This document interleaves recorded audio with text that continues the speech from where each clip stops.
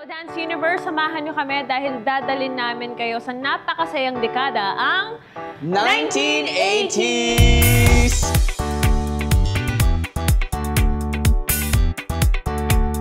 Di pa ako buhay nun eh. Moonwalk.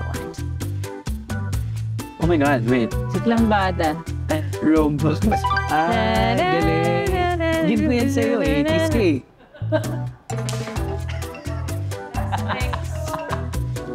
Breakdance, C. Give ko yan sa'yo. Dancer ka eh.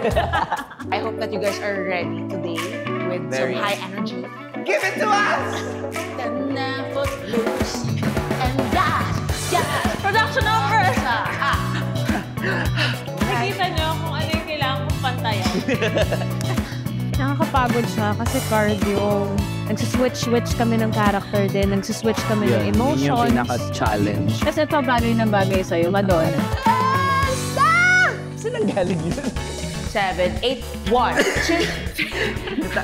Bro, namapaya ako, bro. Kaya ko to eh, kaya ko to. Guys, people, dancers from the 80s would be proud of you. Oh my God. Ang hirap.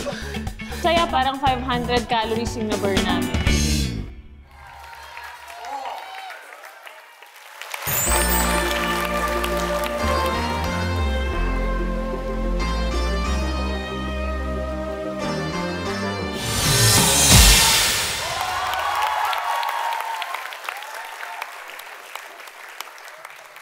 Grabe naman ang 80s energy ni Glyza JM, and of course, choreographed by Coach Angel.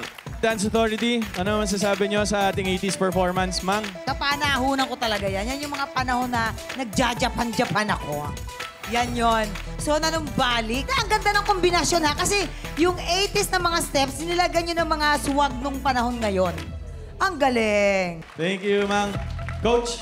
Si JM naman talaga, habang pinapalitan ni Glyza yung music, talagang hataw na hataw siya. Di parang yung sayaw na nga, ginawa pang workout. Yeah. Pinagsama, literal. Parang ang hirap din i-perform nung ganon, isayaw nung ganon kung wala Parang gusto mong itry. yung split daw. kung wala kang energy, diba? Kung hindi ka lively, tignan. Yun yung sinasabi ko, kung wala kang gano'n na energy, hindi mo ma-justify yung ganong klaseng sayaw. At sa inyong dalawa, nakita namin yun. Thank you po. And dahil nga ito yung pinaka-paboritong dekada at era ni Mamang, kailangan mo kaming pakitaan ng isang 80s dyan. Mang. Let's go, Mang. Music! Let's go! Ay, grabe naman! Woo! Oyo! Grabe ng... Uy, uy, uy! Mang, hindi kasali! Hindi kasali, hindi. Medic.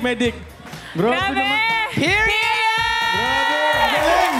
At ito naman, dadalhin naman tayo ni Rojon at Dasuri sa dekadang nauuso ulit ngayon, actually. Let's bring it back to the 90s when we return here on Stars on the...